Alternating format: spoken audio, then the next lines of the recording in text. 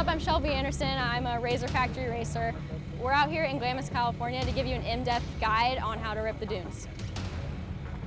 Being from the Southwest, especially out in Glamis, it's not just about stock vehicles out here, it's all about upgrades, and Polaris offers such a wide range of accessories that you can add, whether it's wheels, tires, bumpers, cages, anything you could possibly think of, Polaris has, and it has everything you need to customize a vehicle to bring out to Glamis. Lights are probably the most important accessory you can have, whether it's at night and you're out ripping in the dunes. It's not just a customization aspect, it's more of just a safety thing to be able to see all around you so you don't get caught in a witch's eye, so you can see the dunes transfers at night. Polaris offers a wide range of lighting accessories where it starts from Pro Armor, which is an awesome brand for lighting, and then it goes to a more premium brand such as Rigid. While I'm racing, I really like to have lighting low on the vehicle so I can see the ground, see the terrain in front of me, but while I'm out in the dunes, I actually prefer to have a light bar up top so it casts over all the dunes and I can see all my surroundings around me.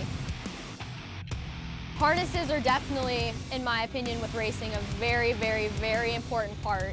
Having the 4-point Polaris harnesses are definitely very important in the dunes, just having that extra peace of mind with a 4-point, so it's almost just like you're in the seat and you're one with the car.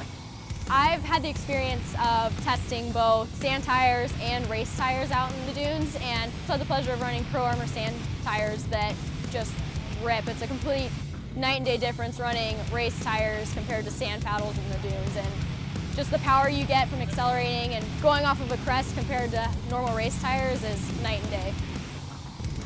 It would be very helpful to have a spare tire on the back of your car so you can quickly lift the car up, jack the car up, switch out the tires really fast and continue your ride. I would personally carry a spare front, so if you're going down a dune and you happen to hit a hole, you're going to hit it on the front, and that's when you typically see the tire roll off. The rears you don't have too much because you don't take that impact with the rear. Besides the comfort aspect of having the roof, if you happen to have a rollover, it's there for just another peace of mind, but on top of that, the sand, the sun's always super harsh, being out in the desert can help you with that. The mirrors are another accessory that are very key to have in the dunes. You can't always turn around and look and see if your buddy on your ride is behind you, and the combination of the convex rear view and the adjustable side mirror all around gives you pretty much a 360 view of your vehicle, which is very important to have in the dunes. Having a whip flag is actually a requirement that you need out in the dunes. Besides just having the necessity of in Glamis, it's also to spot your group, and it's also to spot other people when you're going through the dunes, to just be aware of your surroundings and be aware of somebody that could be on another dune. Lower doors are something that's not really a performance enhancement, but more just a comfort. You can make a hard turn, and if you don't have the lower doors, you're gonna get that spray of the sand. Maybe during the wintertime, you want the lower doors to just keep as much heat in the vehicle as you can, while opposed to the summertime, you might want to take those doors off, which is very, very easy, and you just pop them off and have that ventilation throughout the car. Polaris actually offers a lock and ride option with a cooler and cargo box, and both of these are really awesome accessories to have, whether you want to bring food out for long rides, drinks out for long rides. The weather changes throughout the day, you can bring jackets, you can bring tools, you can bring parts that you might need, and everything's right there and it's easily accessible, easy to take out.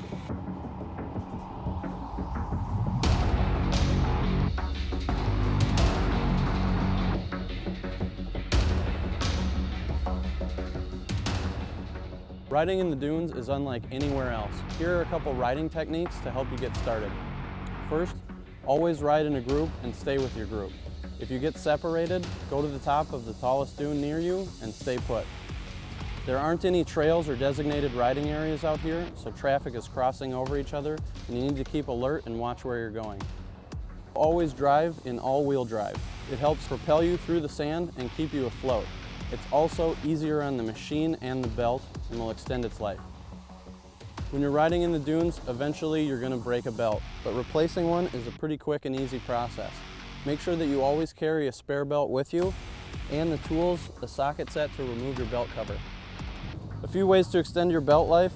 First of all, when you put a new belt on, break it in. 5 to 10 miles in low gear, varying the throttle, or if low gear is not available or realistic for you, 50 miles in high gear, varying the throttle. Make sure that when you're off the ground that you're not on the gas when you land. Don't park uphill. Make sure that when you're parked, you're pointed downhill slightly and in a direction that allows you to get started again. Learn about your riding area before you ever get here. Think about wildlife, trails, different laws, what kind of permits you might have to have, and anything that you're going to need to know so that once you get here, you're ready to ride and you don't have any issues. When you're out here, prepare for the unexpected. That means an emergency kit, toe straps, water, something to eat. Think about chapstick, sunscreen.